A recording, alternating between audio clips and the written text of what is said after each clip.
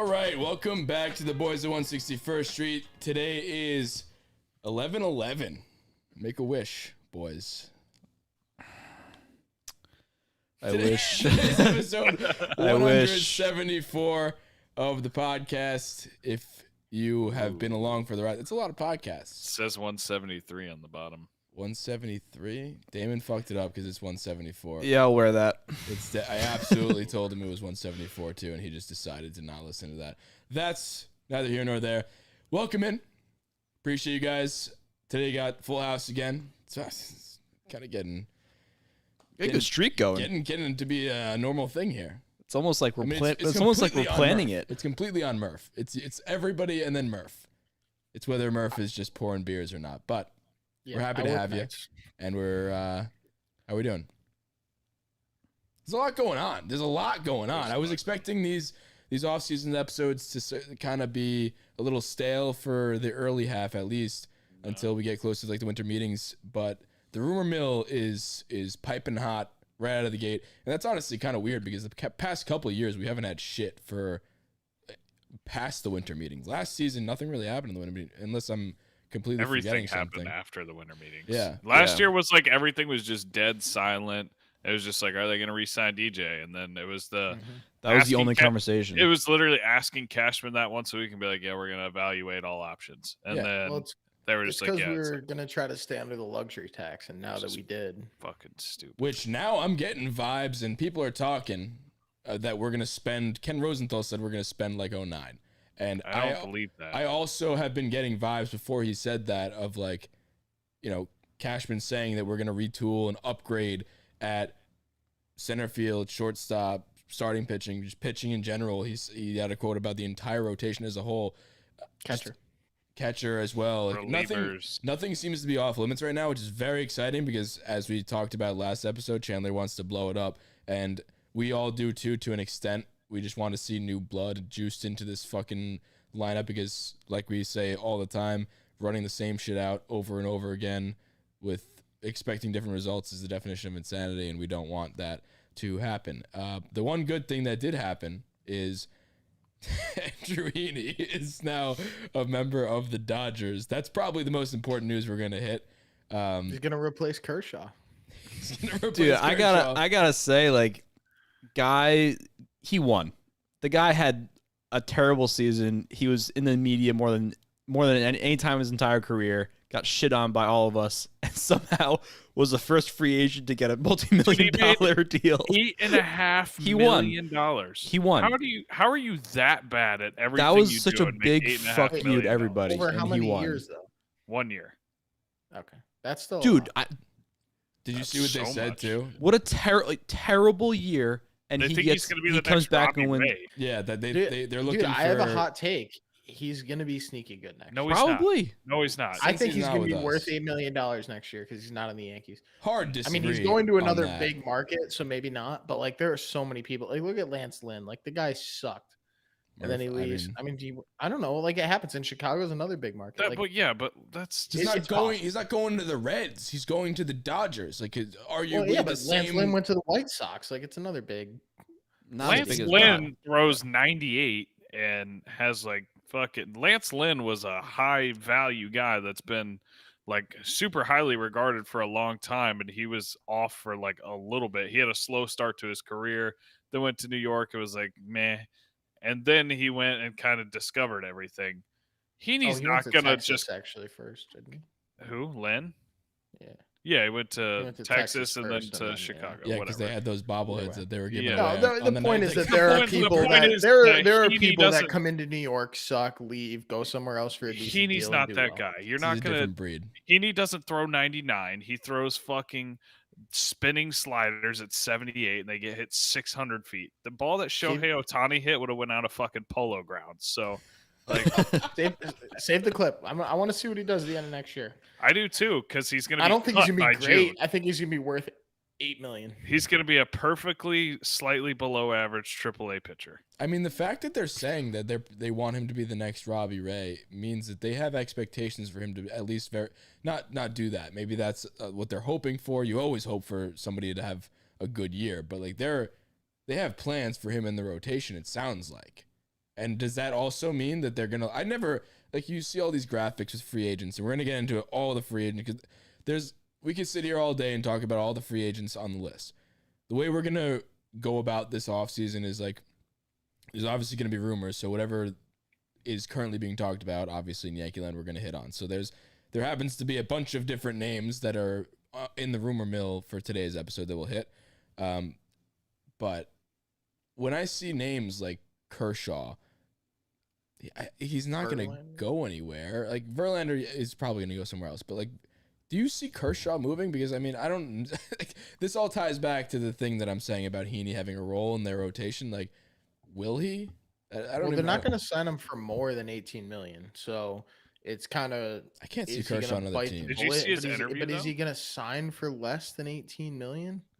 Did you see Kershaw's interview? He didn't seem too sure of his future. I don't know. He was just like, yeah, I mean, I haven't heard anything. Nobody's really talked to me, so I guess we'll see what happens. Fucked up, dude. I mean, he's literally the best pitcher of this generation. I was gonna say, no shit, he's probably the best pitcher of our generation. Probably the best lefty since like Sandy Koufax, or fucking close to it.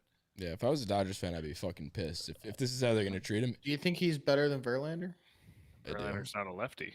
I do. I didn't say lefty. You said I thought you were talking pitcher about of our generation. I mean. Oh yeah, 100%. Verlander got an MVP, but so did Kershaw. So why don't we use that as a nice segue? Here's the thing. Hold one more thing. Verlander also. Remember, Verlander fell off, and the end of his tenure in Detroit, which is why the Astros went and got him on cheap, and then they had all this spin rate shit that made him and Cole amazing. But he fell off completely. He was throwing like 4 to 5 ERA. He was getting hammered. He was playing half a season, and then he went to Houston and revitalized his career. But there was a time period there where they thought Verlander was done. But Kershaw's never had that. When Kershaw's having a down year, he's throwing to like a 3-4 ERA. Yeah, but also Kershaw's like, I mean, I guess he kind of put it to bed with the World Series, but he's also been a notoriously bad postseason pitcher. Yeah, but until the last 2 years. We got the one. Let's enough of this. This isn't Dodgers podcast. Okay, yeah, you love saying that when we talk about another baseball team, but it's worth the conversation because they're both free agents. I mean, we have a lot to talk about. That's why I was going to know we had a time limit. I mean, it is pretty fucking late. Yeah, you guys were all talking. We're peel back the curtain a little bit. We're recording this at 12 o'ckt, and Chandler had a little hissy fit before we started. It's 12 o'clock in the morning, actually. I did not have a hissy fit. You guys work tomorrow? You guys have no. You don't want to get started. No, that's not at all how that. I was like, oh man, are you guys taking off tomorrow? Like in a cool way. I want to take a quick nap and get up and go to work. There you go. I was asking out of just genuine curiosity. So segue into another name that we actually did just mention, and I wanted to use this time because there's a bunch of names that we're going to talk about, and I wanted to play a game of like smoke or fire with the rumor mill going on right now with all the trades and free agency and all that stuff. So what's smoke or fire? I like that name. I know exactly what you're talking. I know what you're gonna say after. I love the name. I mean, it's not something that I made up. Did you come up with? Okay, I was gonna say there's no way. You came up it's with a known thing. It's like a thing that you could have told me you made it up, and I would have believed you. All right, well I made it up. So smoke or fire is basically there's a lot of rumors out there right now, and there will be for the rest of the off season. So. Smoke meaning is this just a smoke screen? Is this fake news or whatever? Is this fire? Are you blowing smoke? Is this a real? Is this real? So is this a real thing or is it just smoke?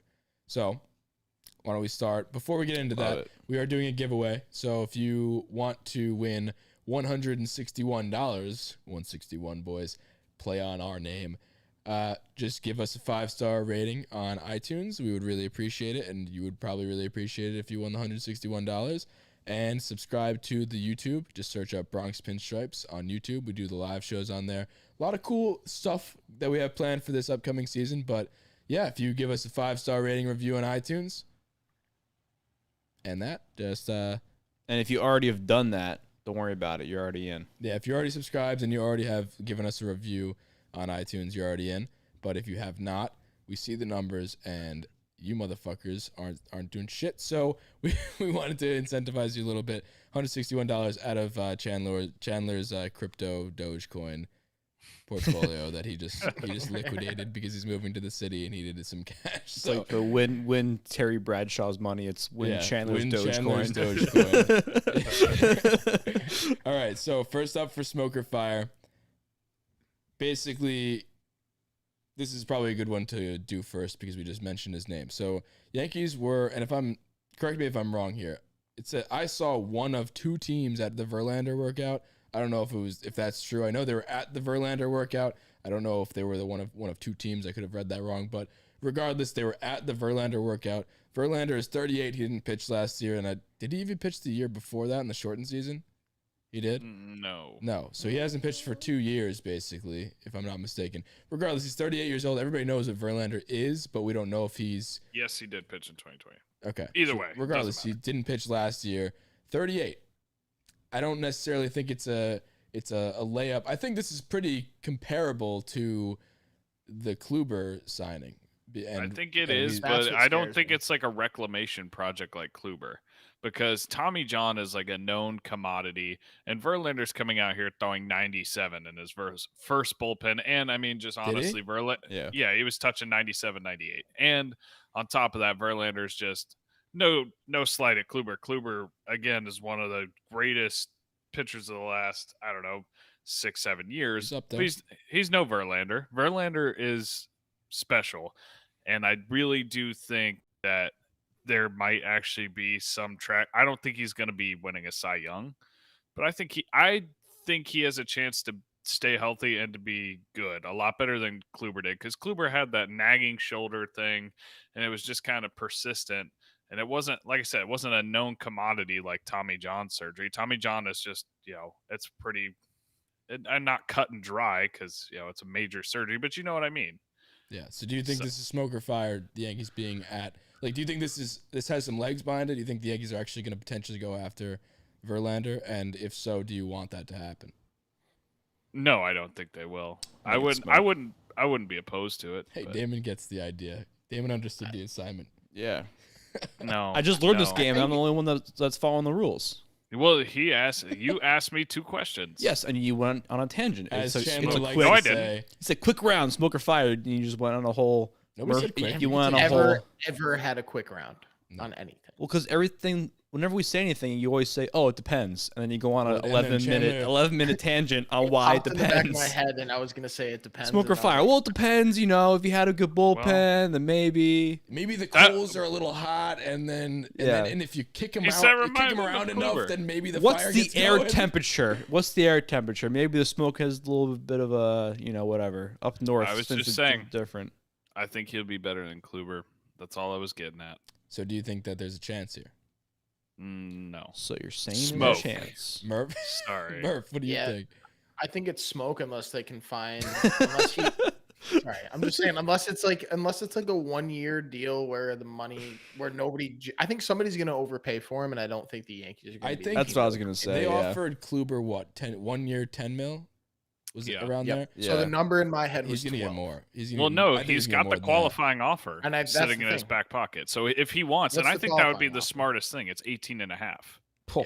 Yeah. He's not going to get that though. I think the smartest thing for him would be to prove it 1 year, 18.5. He says he wants to pitch till 45. Okay, fine. Then go fucking do it for $18.5 million and show that have to be. Nobody pitches until 45 except knuckleballers and Nolan Ryan. Does that have to be with the Astros? Yeah. Okay. No. Yeah, the Astros extend the qualifying offer, but the Yankees can take him. They're not going to extend the offer. I think it's just too much money for him. I mean, if it's more than $12 million, I don't think the Yankees are going to go for it. And if it's $12 million, then that's kind of a steal. Money aside, it's not going to be $12 million though. That's money aside. Money aside. This is right. neither here nor there. Just predicting what the contract will be.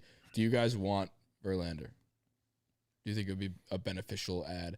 I personally do see it very similar to the Kluber deal, but I mean, Verlander is known to be very good, and he's been very good. His game has translated, which is kind of shocking because he isn't really just that. He is a finesse pitcher, but he also has a power fastball. So I don't really know. The 97 thing is encouraging. Yeah, definitely. But I mean, I'll say this on if I want him or not. On what you're asking, if you want him, if he is not the only move, yes. I don't want another off season like last year where we go out and get 2 or 3 reclamation projects and hope one sticks. If you bring in Verlander with no expectations or the expectation that he'll be good and serviceable, then fine. If you bring him in as your only pitching ad and you're expecting him to bounce back to ace form and stay healthy over the course of 180 plus innings, then no, I don't want him. I don't want him at all. I agree. I think if it's him as a cherry on top, like end the off season at the end of it, just like get him, and that's like puts us over the edge and really gives us a shot of one, having him around all the young pitchers that we do have, like even Severino, who hasn't had much experience in the majors. He's been in and out, but also really younger guys like Luis Gil, Clark Schmidt, Devi Garcia, all those guys, having another guy, and he's been with Cole, so like those two mesh together, I would assume, like that whole thing.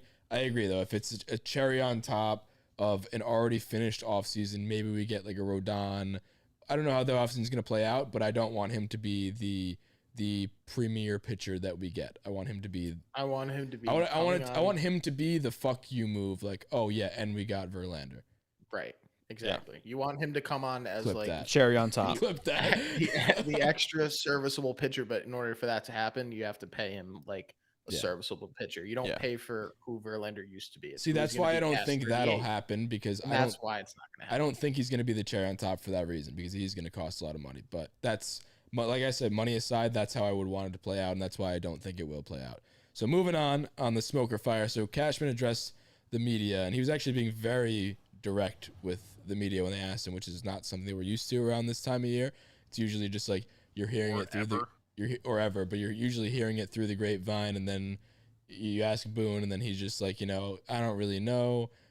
I'm not allowed to say anything. And then it's like, oh, whatever. And then it happens, and that's that. So Cashman straight up said straight to the media that he contacted two of the shortstops in the market, had two separate conversations with each of their agents. And it's assumed to be Seager and Correa. And then it was now we know that it was Seager and Correa that he has had conversations with for them. So we've been talking a lot about Seager Correa. It's obvious that shortstop, I think, is the top priority, and that's something that we all know. Do you think that's smoke or fire that we will land it's not smoke or fire that he's having the conversations. He's having the conversations. Do you think it's smoke or fire that we're actually going to get one of the two? I think it's fire. Fire. All the way fire. Do you think this offseason is a absolute bust if we don't get one of the two? 100% yes. Yeah, I think just that is our clear underlining weakest point. Underlining is not the word. Underlying is the word you're looking for. For 1,000, Damon. Also disagree. Wait, what is it? Underlying? It's underlying. There's no N. Really? And it's a Y. Underlying. Yeah. Moving on. Learn something new every day, guys.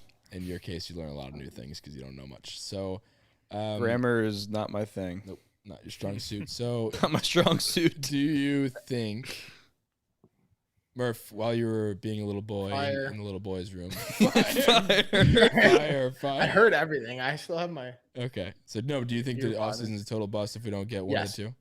Okay, yeah, 100%. We already talked about that. Actually. Okay, it depends. I would. It's not a depends thing, really. It's just I think Semien wouldn't be a bust. I think Semien would be the worst case scenario. That's what I said last time. I don't know if you were pouring beers, but Semien is a settle. That's exactly what we've said before. Well, yeah, Semien is overpaying for a settle. I don't see Semien as a settle as much. Semien doesn't play shortstop anymore. He did though, and he was. He wasn't a good shortstop. All right, we talked about this. He was a good shortstop. We talked about this a lot. Murph was probably pouring beers. No, we talked about this. I know, but I think that it is not a bust if we get Semien. Would I rather have Correa and Seager by 1 million? Yes. Yes, but we talk about that so much as a settle thing. No, we don't have to. I don't. Who the fuck? Agree to disagree. Is he a visitor? What the fuck is going on? Jesus Christ. Is that your fire alarm or your doorbell? God. I mean, click the button. Not the time to say hello. You guys getting robbed? Edit this part out. No, leave it in. No, we're not getting robbed. That's our doorbell at the apartment. So moving on to the next one. Do you guys order food or something? I don't fucking know. Damon's a nonsense human being. Yeah, it's Damon's fault. So moving on to the next one. The A's are ready for a fire sale. That seems to be probably everybody, and that's what I assumed. Everybody is available, and that's always the case with the A's because they usually just groom somebody until they get really good. Don't have the money to pay for them. They do have the money to pay for them, but they love being the Billy Bean Moneyball, so they let them walk. Matt Olson is exactly that person. We were talking about that before. Other players like Matt Chapman and other people like that. I assume nobody's off limits, but the one that they're talking about right now is Olson. And they also said they're willing to listen to offers for starting pitchers Chris Bassett, Frankie Montas, and Sean Manaea. Maybe those could be throw-ins because I wouldn't mind having them as depth pieces, and maybe those are more likely versions of that cherry on top that we were talking about to end the offseason. Like, you're going to get Olson, that's going to be great, but you're also going to get some pitching depth because you lost Andrewini. But just like people in the rotation or soon to be in it, that sort of thing. Because we do still have injury-prone players. Cole's coming off injury. That's not the injury-prone player I'm talking about. We have Sevy, who knows what he's going to be. Cole was dealing with hamstring stuff, which actually we saw for the first time was talked about by Scott Boras. He said he was dealing with shit since like the Indians series when he got injured. But what do you think? Smoke or fire with the Olson trade? I would say fire, but I don't think it's going to happen. I think there's genuine interest, but I don't think that they'll pull it off. I guess. I think it's fire. I think it's going to be something that we're going to talk about more than just on this episode. Like this isn't going to be the last time we're talking about it. Whether it's going to happen or not, obviously you can't predict that. Like, yes, this is going to happen, but I think the Yankees are going to be willing to give up a decent chunk for that. And obviously, we're talking about like giving up Voit, Glaber, and Andahar, or who is the third? There's another one. It's gonna on the Michael K show. I feel like they're gonna ask for Volpe or Dominguez. They're gonna want Pariah probably. Oswaldo Peraza. No, that's Peraza. They're gonna want Pariah, the center fielder. Oh, I think is his name. Florial, maybe. No, Pariah's younger, and he's very good. He's going to be the biggest probably because I believe, if I'm not mistaken, he's Rule 5 eligible too. So he'll be one of the bigger asking pieces. I think he's probably like the 12th ranked prospect, maybe a little bit higher than that. I think anything would center around them and probably Peraza or Cabrera. I'm cool with anybody not named Dominguez and Volpe. I don't even care if they trade Volpe. I do. I think that they could trade Volpe for somebody that's really, really, really good. Exactly. Like if you were to get a package where you got Olson and Manaea or Olson and Frankie Montas, like an established middle rotation arm, and you got Matt Olson, like I said, not like I said, but we thought Jorge Mateo was the heir to Derek Jeter.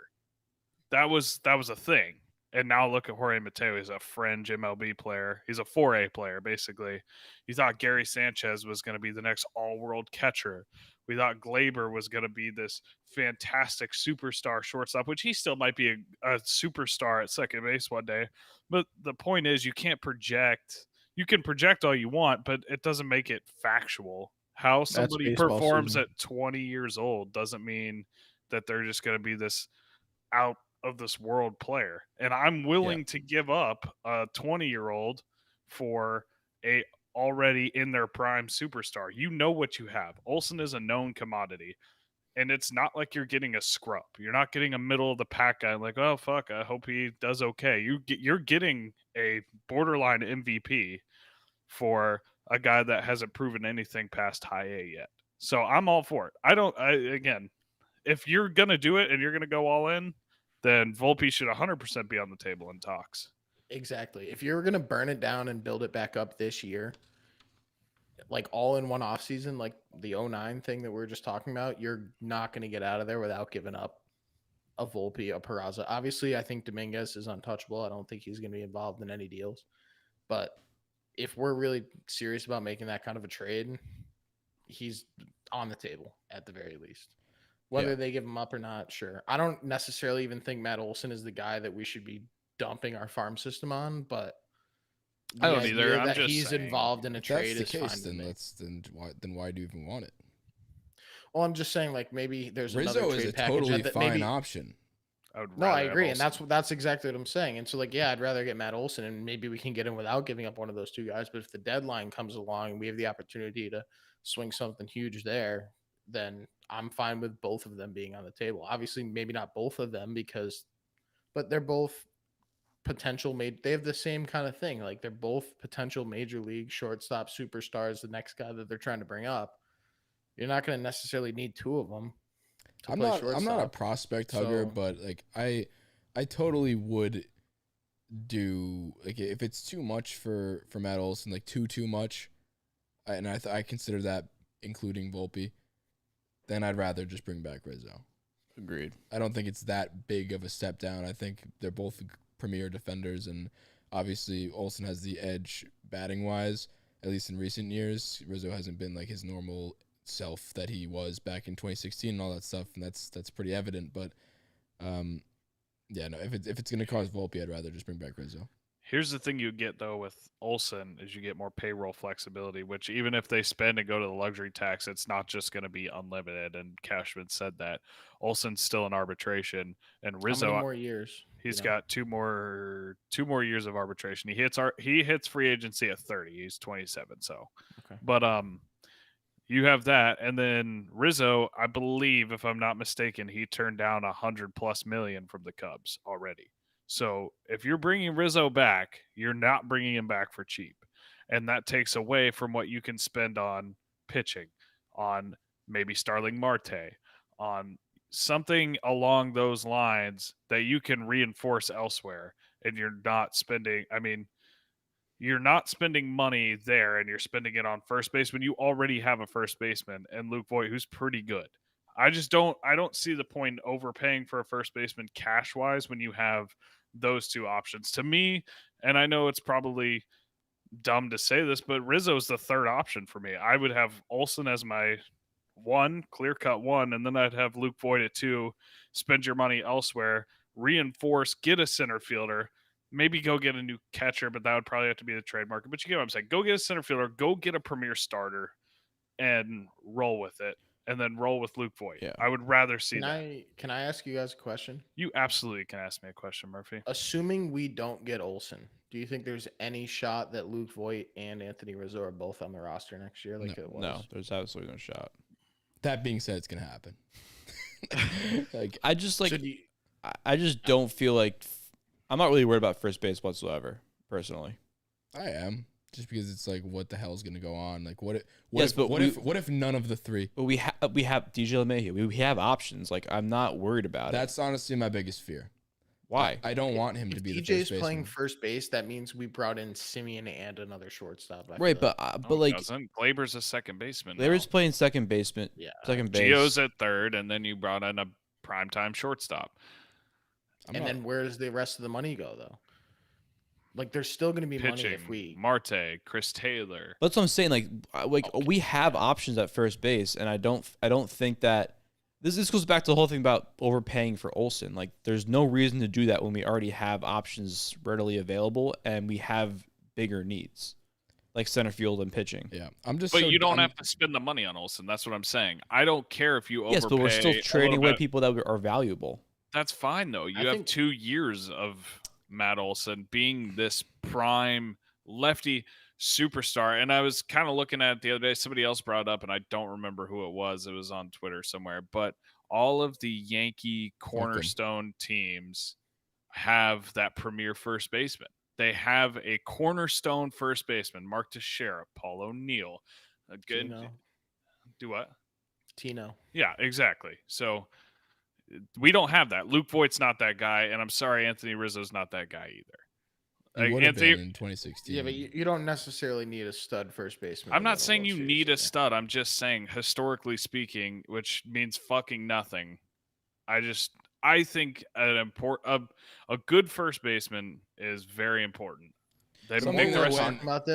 Less, I think we're going to sign Rizzo. Yeah, something that we trade for Olson, he doesn't take a huge cap, or we keep Voit, who also doesn't take a huge hit because they're both in arbitration. Agreed. I think something that you obviously, you said a stud first baseman is something that is a trend with the good Yankees team. So is such shortstop. So we need absolutely. one of those. So we were spoiled to have the same one. Yeah. For 20 years. We need a new one of those. We just listed 3 first basemen, but it was the same shortstop through that whole span. And I think I agree with Chandler there because the money is going to be spent on shortstops. The 2 that we need that we said it would be a bust if we didn't have them are going to cost lots and lots and lots of money. And that's fine. Like the Yankees are going to spend. But with that being said, you can't, like they don't print money. Like inflation's high, but like they don't have all the money. Like they got to spend the money. We kind of do though because we were under the tax reset and all that stuff, which doesn't really make the most sense to me. But so regardless, this is obvious. Even with the tax resetting, if you spend a lot of money in one spot, you're not going to want to spend just as much money in another spot or try to limit the amount, because they want to upgrade the positions they listed out that they want to upgrade are shortstop, center field, pitching, and catcher. They didn't mention first base. First base is probably going to be either a trade that doesn't cost a lot of money or a lateral move like one of the ones we have already. So I personally think if we're going to spend a lot of money elsewhere in those other positions, Matt Olson makes the most sense over Rizzo, because what's Olson's contract? He's due for like $7 or $8 million. That's totally fine. That's not a lot of money, and you get the best player at that cost. That would make the most sense, and it would only cost prospects, which honestly, fuck it. Voigt's arbitration's probably what, 4 or 5? I don't think Voigt has a chance of being the first baseman. I think he's a very strong non-tender candidate, which is sad, but yeah, I think the way they've handled it and the way they've cleared, like I wouldn't want to be in New York. Exactly. And the way I think that they're going to handle it is just based on the way they've been handling him recently. It's not what I want. I love Voigt. He's done nothing wrong. And that's why it's just kind of fucking annoying, but we know how they feel. So I really think the shaft. Yeah, I really think there's a negative chance that he's going to be the first baseman, or even on the roster for that matter. If he's on the roster, like, that makes no sense. It doesn't make any sense. To have him as a bench bat. Well, it kind of does, because if you can't find a real trade like offer that he's involved in that you want to jump on, then he's probably one of the better paid $4 million players in the league. So like, you're right. I mean, it sucks for him personally, but if you're the Yankees, it doesn't not make sense to bring him back really for $4 million, because he's a great bat. I feel like God forbid, whoever your first baseman that you bring in gets hurt, then you have which will the best backup first baseman. Yeah, exactly. So like, I think it does make sense. Talent, Murphy. Saddest thing. No, you're absolutely right. And I hope for his sake and for ours that we can find a trade or something where we get value back and he's a starting first baseman on another team and he does well for his sake. I would not be surprised at all if he got cut. I really wouldn't. See, I don't think that's ridiculous. I don't think they would. No, I don't think it's ridiculous at all. That's a waste. Cut? Nobody's gonna. If you don't find a trade partner for him and you have to clear space on the 40 man, he's an easy non-tender candidate. There's no way. I don't agree with that. No way. I don't think so. I'd be very surprised if that happened. Okay. He was the home run leader 2 years ago. I'm clipping this. Save that one. Yeah, that's no fucking awesome that he was the home run leader 2 years ago. Fucking Barry Bonds was the home run leader 20 years ago. Like, he didn't take that much of a step back last year. He was banged up here or there. Like we brought in Rizzo because he missed the whole season. He played like a month. Moving on, another recent athletic, the guy that I've been talking about for a while. And I am once again calling my shot on this one. Starlin Marte will be a Yankee. I think that's obvious. And now we're actually getting reports. They tried to trade for him at the deadline, and that I think had come out before already, but it's resurfaced now. And now there is new info out there that they are interested in Starlin Marte. This makes the most sense. I've said it so many times on this podcast, but I'm now calling my shot. Starlin Marte will be a Yankee. It just there is no other person that makes sense for center field. Like Chris Taylor does, and Brian Reynolds. Chris Taylor makes a lot of sense. Chris Taylor is not like your starting center fielder the way that Starlin Marte would be. Chris Taylor did not have a good year. Chris Taylor did not have a great year. He had a good postseason. First of all, his year was not great. He did have a really good year, and then he got hurt, and then he struggled a little bit, and then he made up for it in the playoffs. No, he was great in the playoffs. I'm not going to take that away from him. He was really good during the regular season. He got banged up here and there, and his numbers might not have been that great, but he was a cornerstone of that team for the entire. The thing I do like about Chris Taylor as well is that he plays like every position, which is great. Literally everywhere. I think 250 last season. I think Brian Reynolds would be the number one slam dunk, which they were apparently checking in on him. We saw that today, like this morning. But I think those are two on my list. Let's do Smoke or Fire with Starling Marte first, and we'll hit Brian Reynolds after that. So Smoke or Fire, Starling Marte. Smoke. I think it's Smoke too, to be honest. What? Like, obviously I want him, but I just I don't know. It's hard for me to think about it. So all that time I was calling my shot, you guys were all just like, fuck this guy. Well, in the back of my head, I was going to say, Smoke. You said it was obvious, and I think that was a wild thing to say. Obvious it is to me. Far from obvious. I just don't think they're going to pay that much money for a 32-year-old center fielder. Look at what happened with Hicks. And you have so much outfield depth in the minor leagues. There's no fucking point in spending big for a long-term deal for Starling Marte. That's not what it would be, though. He's old, like you said. It's not going to be a Hicks 7-year deal. I would give Starling Marte a 3-year deal, pay him good, and that's going to be a perfect pass the torch to the younger guys. That's exactly what we said. Not a lot of 32-year-old people not a lot of 32-year-old players are going to take a 3-year deal. Yes, exactly. He turned down 5 years in Miami because he wanted 6 or 7. I would turn down 1 year, $450 million in Miami. But I'm not gonna give him 6 or 7. So if that's that's the thing. That's what he wanted to stay in Miami. But maybe he wants to be playing for a contender too. So he literally, his preference was to stay in Miami, but he wanted a 5 or 6 year deal, and they wouldn't give it to him, so he left, or they traded him. I don't necessarily think it's Smoke. I think like they're checking in on him. There's something to it, but. That's one of those kind of things where I feel like if that trade notification or that signing notification comes across my phone and be like, that's too much money. Yeah. Either too much money or too many years. Because if you give him too many years, then you're stuck with Hicks for 5 and Starling Marte for 5. And then 5 years from now, you've got, I don't know, you've spent $200 million in center field and both of them are 40 and you got 5 years of them. Yeah. That's very, very true. So you three are all Smoke on Starling Marte. I'm not necessarily as far on Smoke as these two. I like Starling Marte, but I don't want Starling Marte for what it's going to cost. Okay. Years-wise. Also, for what it's worth, the fact that you're trying to speak it into existence makes me think it's a little more fire because you have a tendency to do that. It's because I'm smart. I think it makes a lot of sense in terms of like our need and the type of player he is. But I think to Chandler's point, like I do think he's going to ask for too much, and that's why I'm a little hesitant to why if it's actually going to happen. What if they loaded up here's how I would do it, and I think he would accept this: is load up the AAV, get a center fielder that can fucking hold it down for 2-3 years, load up the AAV, win now with him. He would accept higher AAV for 3 years versus a lower. Like I'm saying, give him like 1.5 times what he wants. Like I don't know. I'm just saying, give him? Raise the AAV per year and let him play. I mean, that would be a better contract on the Yankees side of things. You don't have a big one on your books for a while like you do with Hicks. You do if you're trying to get one of the shortstops. No, but we're talking about getting the Seagers and the Correas of the world. If we bump up his AAV. Okay, but the two positions they said they wanted, the two that they were. We're not even talking about that right now. But the two positions of most need. I know. But the two positions of most need that they want to upgrade on, they said, were shortstop and center field. Two of the most arguably important positions on the baseball diamond, and that's not an argument. They are the two most important. They're the quarterbacks of the defense and center field. Brian Reynolds, Chris Taylor, and Brian Reynolds. I think Brian Reynolds plays multiple positions also. Brian Reynolds he plays less outfield than Chris Taylor does, but I think technically he plays. Chris Taylor doesn't like excite me though.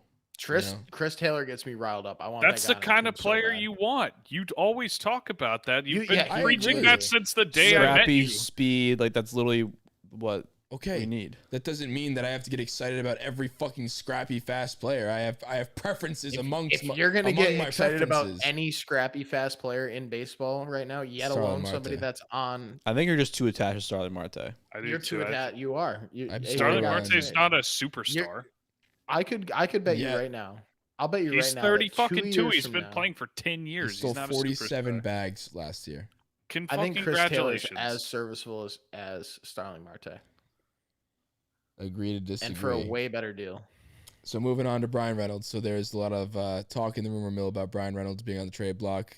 I think he's under control until 2025. So I saw that the Pirates don't necessarily need to move him. So like they're not, unless they're wooed by a deal, which I think for Brian Reynolds, I read that deal would include guys like Volpe and guys like Jason Dominguez. So if that's the case, that makes sense for the Pirates. I mean, he has not a lot of money on the payroll. He's got a lot of control for the team. Like they are not center fielder. Switching center field. There's no reason to move him if you're the Pirates, unless you get wooed by a deal. Yeah, but they love giving up their best players. But for a good, right. It's their favorite thing to do. But I think for a good deal, I think that's the only way he'd get moved. So I think this is smoke.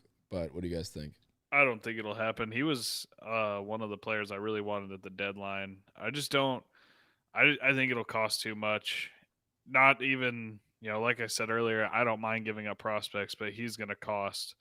If it's rumored that it's astronomical, then it's higher than what we can even imagine as fans. So yeah, that's a good point. I mean, it'd be really cool if this cycles around at the deadline again, and we're making a push, and maybe he's playing a little bit lower than expectations, and maybe we can grab him for a little less. But this upcoming deadline, you're saying?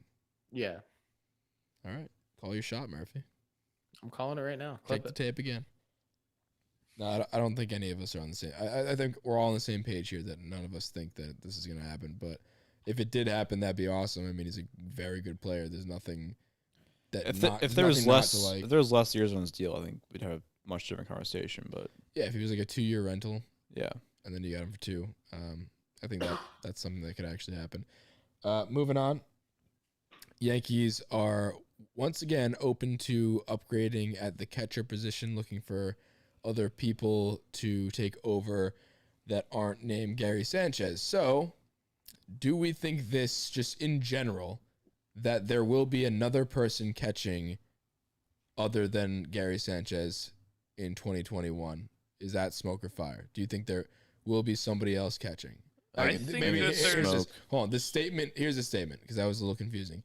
There will be another catcher catching, not Gary Sanchez, on the Yankees in 2021. Smoke or fire? That's your statement? That's my statement. Smoke. I think there's a little fire there. Because why are you adding Donnie Sands to the 40-man if you're planning on rolling out Gary and Higgy again as your 1-2 punch? Smoke or fire, the starting catcher of the Yankees is not on the roster right now.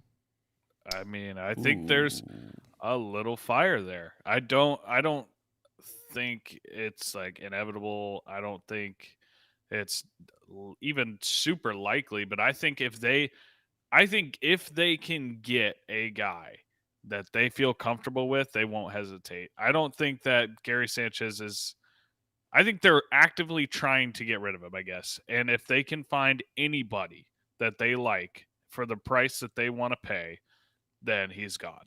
I mean, I would love that to happen. Like, we've all been saying this for the entire fucking season. I think we're all over it. If that happens, I'm all for it. I'll support the hell out of that. Higgy's going to be the backup catcher regardless because of Cole. Like, there's no way he's going to be moving anytime soon. Any chance Higgy's a starter?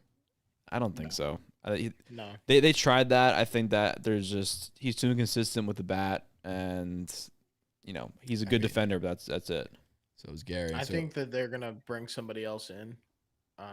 That's like the Higgy type player. Maybe that's a little bit better of a bat, little drop off on the fielding. See how it works, and I don't think it's gonna work. I don't know. I have this feeling that the Yankees are way too attached to Gary Sanchez for some reason, and I hate that I feel that way, and I feel like they're just saying this just to shut us up for a little while, and then they're gonna bring it back and be like, "Oh, we didn't find anybody that was suitable to the Yankees. We still have faith in Gary Sanchez because of his bat. He can be an MVP player if he wants to be. Yada yada yada." Like, I feel like every year it's like, "Oh, this is Gary's last." I mean, chance. it literally always happens, and I feel like every single year it's always like an article comes out and it's who's the most undervalued player on the New York Yankees lineup, and it's always Gary Sanchez because he can win an MVP because he is an amazing bat because he hit 30 home runs the month of May in 2016. Like that, it literally is like clockwork every single year that happens.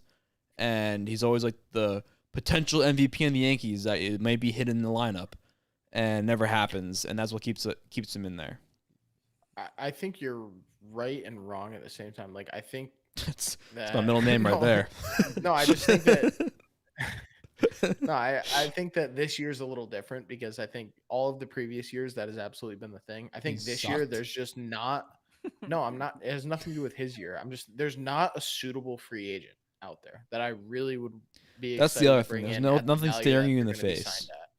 So like whatever every catcher that's a free agent right now signs for, I don't think they would be worth it for the Yankees. Like Zunino, I agree, and whoever else. I think they'd have to package somebody suitable in a trade.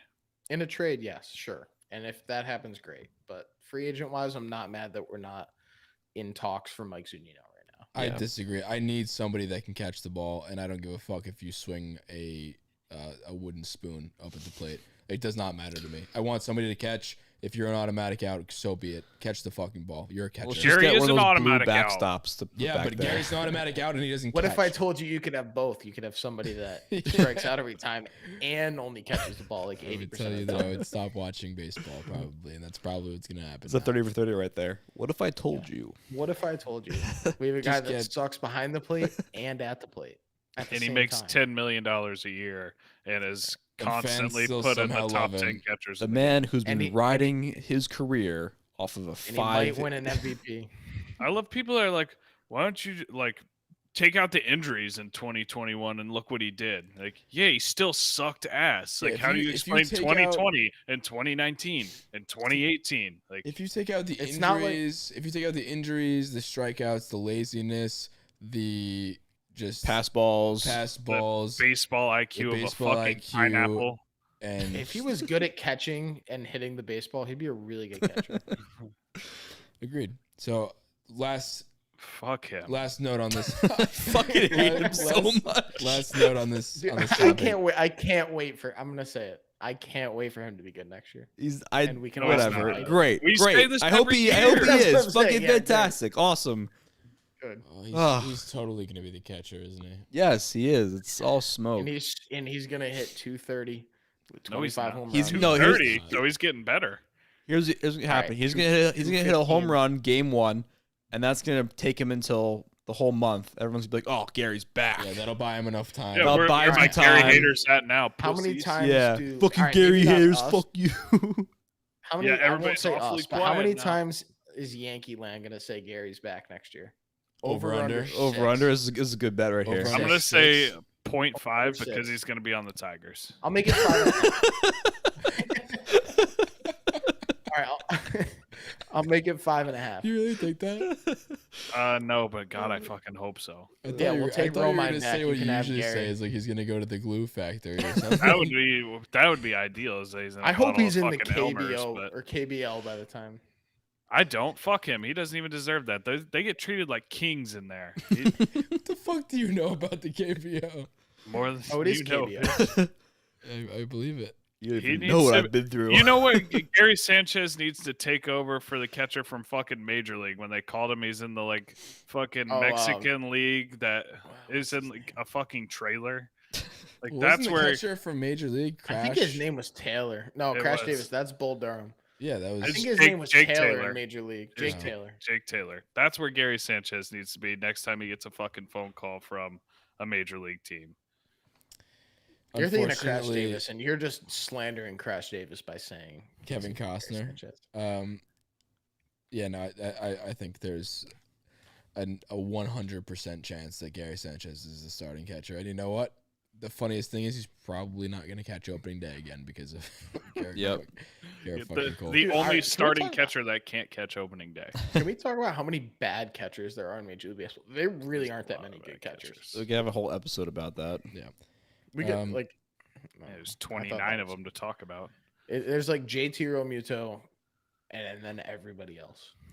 Yeah. And then Gary Sanchez. Dude, JT Buster Posey, but he's done. Fast. He's done, yeah. We should get Buster Posey to come out of retirement. That's exactly who I want. Circle it. Imagine I called my shot on that. He's going to come out of retirement, Why the fuck would he do that? That's actually the last person who would ever come to the Yankees. Yeah, right the now. Guy who is a borderline Hall of Fame. He's probably a Hall of Famer. Who just I say borderline just because he rode off into the sunset. Yeah, I was about to say he rode off into the sunset. Rode off into the sunset with his 2 new adopted kids. He's got a perfect, happy family. Like, lives in California. I'm gonna uproot my life and move 3,000 miles to come out of retirement. We have a better chance of signing Ken Griffey Jr. than fucking Gary Sanchez has a better shot of being good than we have at getting fucking Buster Posey. I think that is the last one I have for Smoke or Fire. But in other news, talk about Chris Taylor some more because Chris Taylor just has me all fired up. That's he is my Starling Marte, and I want him so bad. All in on Chris Taylor. I just don't see him as the same like star-powered player, and maybe that's because he did. Starling Marte is not a superstar. Shut the fuck up for a second. I wish I had a button to mute you. Like I can't just finish a sentence. Jesus Christ! I think you do have a button to mute him. I do. It's over there though. I'm leaning back. I'm all comfortable. Lost my train of thought. I mean, he just hasn't gotten the reps that you see a guy right now who came from the Dodgers because they always have a deep outfield. It's AJ Pollock and everybody that's in the outfield, and they go to another team like Jock Peterson now, and he's a stud. So maybe that's what a similar situation to Chris Taylor. Like you haven't given him enough run by himself. So maybe that's to his credit and another reason why we should go after him. That's what I was going to say before I was fucking rudely interrupted. But I personally, Luke Rella speaking, I don't get as juiced up downstairs about signing a guy like Chris Taylor over Starling Marte. That's me. Continue now, you fucking botch-galoot. Maybe we should move on now, because no, I just want to talk about him some more. Like talk about him. Really, go for it, bro. I think he's somebody that we should be talking about right now, and I think so. Talk about it. What do you got? If I see, you want to talk about it? Let's say it.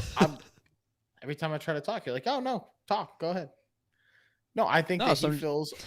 I'm fucking with you. You're killing me. Go for it. No, I think he fills a lot of the gaps that we need, and I feel like we're gonna get him at a decent rate if we do. And I don't really think we're gonna get him, but I don't see a reason why we shouldn't. He plays center field. He plays shortstop. We have injuries all over the place every year. I don't think that's gonna stop, and he can play literally anywhere except for catcher, which is a shame because if he could play catcher, that's a no-brainer. But do you think he hits for a decent average? He's a solid fielder. He's a base runner. He's gritty. Like, what's not to love? That's it. Chandler, what do you think? He's one of my favorite players in baseball, not on the Yankees. Permission to speak, sir. You're unmuted. Yeah. I could tell you're a little upset about that. Thanks, boss, that I'm allowed to speak again. No, I don't know where you got this fucking notion that Starling Marte is a superstar. You're at 24% now. What? We'll talk later. His patience. What does that even mean? Nothing. I'm with you. I see what you mean. I don't. I think Starling Marte is a little bit. That's fine. Overrated as well. I don't think he's overrated. I think he's properly rated by everybody in the world other than Luke. I just said there's opportunity for him to be good. No, you said that he doesn't have the star power of Starling Marte. Like you're bringing in fucking prime Ken Griffey Jr. Just doesn't get. Just saying he doesn't get my juices flowing the same way that Starling Marte does. No, my juices are flowing. Your juices aren't my juices, Merv. My juices only get moved by things that I like, not I don't want you. your juices. Okay, don't fucking touch my juices then. All right. Yuck is right. All right, is that enough? We're done talking about Chris Taylor. Or do you want to keep going on him? It'd be a good signing. It'd be great. I'd love to keep going. My boss at work is a big Dodgers fan, and I had a long conversation with him today about how badly I want Chris Taylor, and he said he'd cry if he has to see him go, and I don't blame him. Do you think he's overhyped because he only does well in the playoffs, or like he not only does well? I'm not saying this because of his playoff performance. He was on my fantasy team this year. I personally I don't remember watching really him play in the regular season. I just remember him going off in the playoffs. No, in the regular season, he was very, very good in the beginning of the year, and then he dropped off a little bit because he had some nagging injuries, and then figured it out in the playoffs. But even if he's a 250 hitter for the Yankees, He fills so many voids. He's the base runner that we need. Like the 4th highest batting average on the team. Exactly. And we're talking about, this guy sucks. Bro, leadoff hitter right there. EJ didn't even hit 250 or barely hit 250. But like he's like the kind of guy that we're talking about how we need. We need a guy that can steal bases, that can field the ball, and that can get on base. I feel like that's Chris Taylor, and I feel like we can get him at a decent price. I don't think the Yankees are going to go for him. There's no indication that they are, but I feel like he's someone we should talk about. If I'm Cashman, I'm getting him. Okay. I wouldn't be upset about it. He's the cherry on top that we're talking about. I agree. That's what I was about to say. I don't think that he would cost a whole lot in comparison to, I think Starlin Marte will cost a little more. So maybe because of that whole factor of it, which is a big part of this whole puzzle that's going to come together, is money. And maybe this makes more sense because 1, he plays more positions. 2, he doesn't have a household name in the same way that I think Starlin Marte does, which maybe that isn't a real thing. Maybe that's a figment of my imagination, but I think he would come at a lower price than that of Starlin Marte. And maybe that's because he does play a bunch of different positions. He doesn't have like a true identity, so that he hasn't really like slated himself as like, this is what I am, and that maybe costs him a little money, which kind of doesn't make sense if you think about it, because he's got more to offer. But I don't know, maybe that's a part of it. Maybe that's why people don't look at him. He doesn't steal as many bags. He doesn't hit for quite as high of an average. He's not a household name. Okay, so he is a household name. Thank you. There is one other thing I wouldn't mind talking about.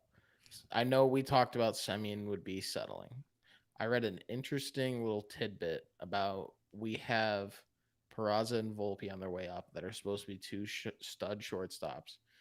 If we bring in Semien for like 3 to 5 years, which Seager and Correa are going to be much longer than that. So toss Glaber to the curb. As a transition, I'm thinking like this is in coordinates with like a trade where we get rid of Glaber for, say, Matt Olson. If that trade happens, then this is more realistic. But if we bring in Semien as a little buffer, like a hold me over for those 2 to come up, a little holdover, I think he'd be more than serviceable in that role if we can get him for like 3 years. I don't want that though. I want to win. I don't want to. I don't want someone's going to hold us over. I don't think he takes away from that. You want to win? Thanks. I want to win too, but I think that we're like overlooking how good Trevor Semien. No, I'm just saying Trevor Semien. Trevor Semien. That mindset right there is just like, we're gonna wait until we have other people to win. Yeah, I'm with you. Like, I don't want terms with Saints quarterback Trevor Semien. I know his name is Marcus. I thought it was interesting. I think it makes a little bit of sense because it would make sense if we're trying to win in 4 years. But just for that position alone, it makes sense. If we, for some reason, can't get Seager, this is why I'm saying it's not like settling. I guess it is, because I'm saying if we don't get Seager and we don't get Correa. You just said, that's the definition of settling. Is you don't get what you originally want, and you get the second best. It's not a bust on the postseason. Plan B would be. This is Plan C. That's settling. Plan C. All right, I think it's Plan D. Settling, but it's not a Story. You're right. We haven't even talked about Story. We haven't talked about him. For a reason. Because I'd rather have Semien than Story. No. Semien, no. I don't want Semien. He's like 32. I don't really want him either. That's why it's a 3-year deal. Let's clip this when we get him, and then he goes off and wins the championship. I don't know, man. I think I'd feel a lot, the warm fuzzy a lot more if I had Correa or Seager Manning shortstop than Marcus Semien, especially considering he's gonna go back to Toronto and he's gonna kill us for 3 years. Probably. That's fine. Can I be honest? Sure. I really want Correa. Yeah, I'm starting to talk myself. I'm coming around on Correa. I'll admit it. Because also you see what Cashman says, and I mean he literally said like he basically said, and I'll translate here, I don't give a fuck if the fans don't like him. He's a damn good player, and that's the mentality I have. It's like he's just saying that's not on my radar, how he'll be perceived coming into New York. I was watching. He also said this about him too. Sorry, Murph, that he's a tough guy and like he can handle it, and I agree. I think he can handle it. So I was listening to Michael K show, and I forget if it was Michael or if it was somebody else on the show, said that when the Yankees signed Stan, they went to Judge and said, hey, like, what do you think, basically? And he was okay with it. And so they're saying that if they go through the same thing and the front office is okay with it, and the players are okay with it, more importantly, then fine. Then why if the the fuck players do we are okay care? with it, who the hell are we? Like, Yeah. if they're willing to play with him, then fine. Like this If has we bring him impact in on and us. they have- Yeah, This has impact on us because we put a lot of time and investment into this whole thing. But like these guys actually got cheated out of a World Series from their careers. Like if they actually don't give a fuck, then I don't give a fuck. Yeah, who am I to say we shouldn't bring in Correa because he was on that team if Judge says it's fine? Who was cheated out of an MVP that year by his team? Right. Exactly. If Judge is okay with it, I'm fine. I'll need to hear that though out of his mouth. Yeah, that's the thing. If there's an article or if there's a quotation, if there's a whatever, like, oh, he said this and it's just like a broken down description of what he said, I'm not gonna believe it. I need to hear it from his mouth. Did I see that he? Did I see that he had batting practice with Correa? Like he was training with him? No. At some point, I think I would have heard about. I think I would have heard about that. Glaber, you're thinking of him and Glaber. Yeah. No, I think I heard that somewhere. I'll check my sources. Pretty sure I'd it was be like very during if the that All-Star happened. I game. feel that would have blew up if that actually happened. That would have been a huge deal. I think he doesn't hate Correa. I think he hates Altuve. I mean, because of the MVP thing, took the picture down and all that shit. Yeah. I don't think he has the same feelings of animosity towards Correa, and I think the whole league, not whole league, like I just think that's kind of the vibe I get from Correa right now. I don't know. As long as there's a hazing period, I'm cool with it. I said that before. Meanwhile, he I would like to see that. He was the biggest piece of shit, and he deserves like everything he got. He was the third biggest. No, he was the second biggest. He was the second biggest. Altuve was the first biggest piece of shit. He was the second biggest. Who was the third? Bregman. I think Springer then Bregman. Not Springer. Springer didn't do shit. Nah, Springer. I think Springer didn't do anything. He moved on. I feel like everyone forgot about that. He moved on. It's just because he's not on the Astros anymore. I know. Yeah, it's like. And he basically had like the Madden curse. He had like such an injury riddled year this year that it's like, I think that probably would be like what the curse is when you leave. I mean, obviously Gurriel. Probably Gurriel's third. No, I just don't like his face. I don't really dislike him, but he just like. Well, fucks people us were all the booing. Fuck, I mix him up all the time. He's not very outspoken. That's people why. were booing his brother because he was. He's related. Yeah, exactly. He's related to Yuli Gurriel. It's just ridiculous. All right, I think it's getting late. Just to close out the show, there's a few little news and notes that I wanted to hit. The preseason rankings were out. Did you guys see that? It was the way too early preseason power rankings. It's a terrible image. We were at 7. It was Braves, Dodgers, Rays, Brewers, White Sox, Astros, Yankees, Giants, Red Sox, Blue Jays. That makes sense. The Braves are at top. If they weren't, that there was an NFL ranking one time that was, I think it was when the Eagles won the Super Bowl. The following power ranking that came out was not the Eagles on top. It's like, how do you do that? How do they just fucking won the thing? How are you without? No, I get it though. Without 2 of their 3 best players and their best pitcher. Yeah. Yeah, I'm saying if the Braves weren't there, even as is, they just won. There's no information that tells you that they should not be number 1 right now. So. If that doesn't show how crazy baseball is as a sport, like that's just wild. Like the fact that a team can have 88 wins, go into the postseason, lose their 2 best pitchers because they also lost Morton, and win a World Series. Yeah.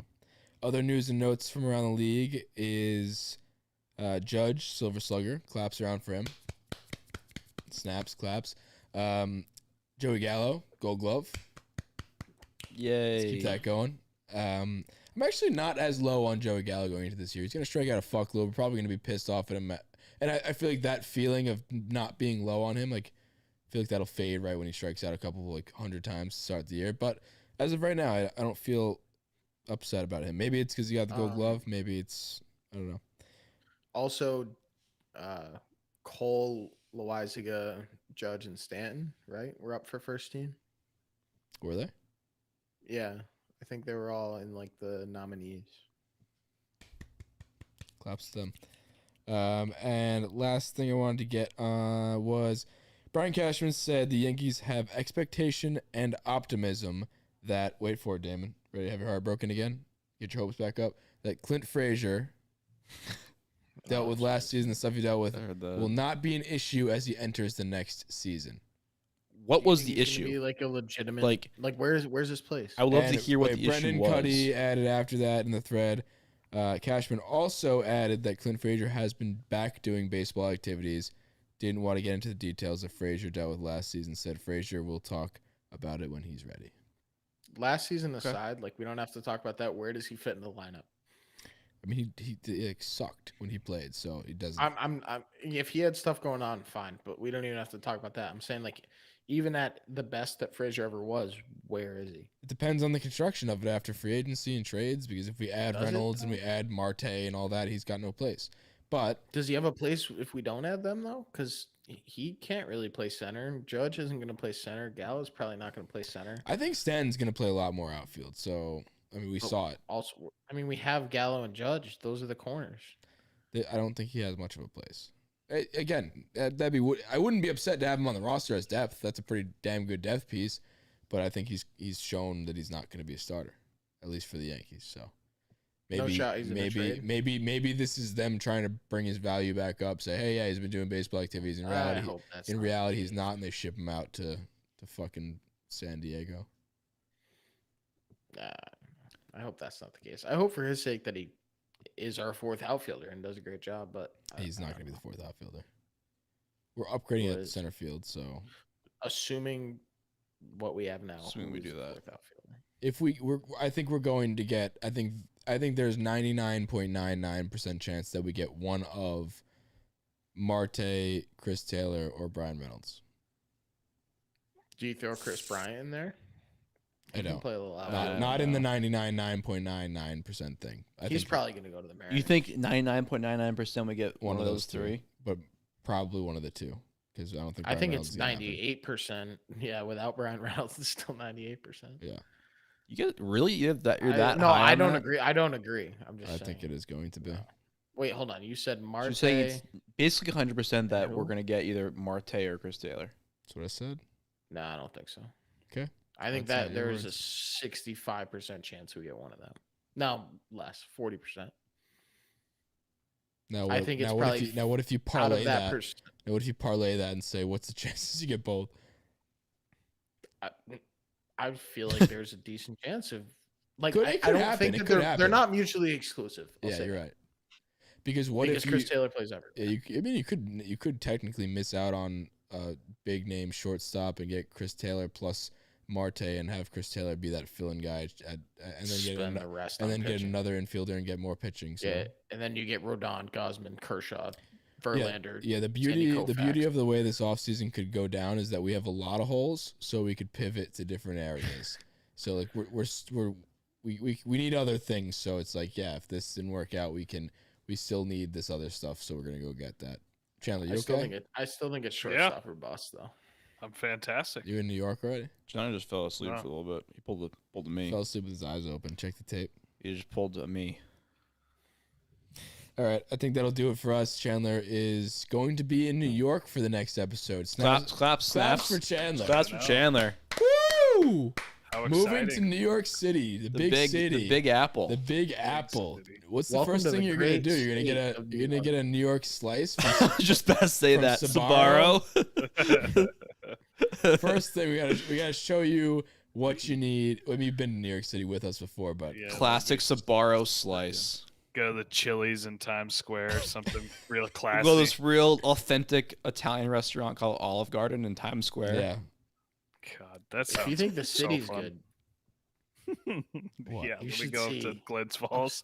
Yeah. The Glens Falls Olive Garden is even better. There is a Glens Falls Olive Garden. I've never been. I'm not surprised. I've heard it's lovely.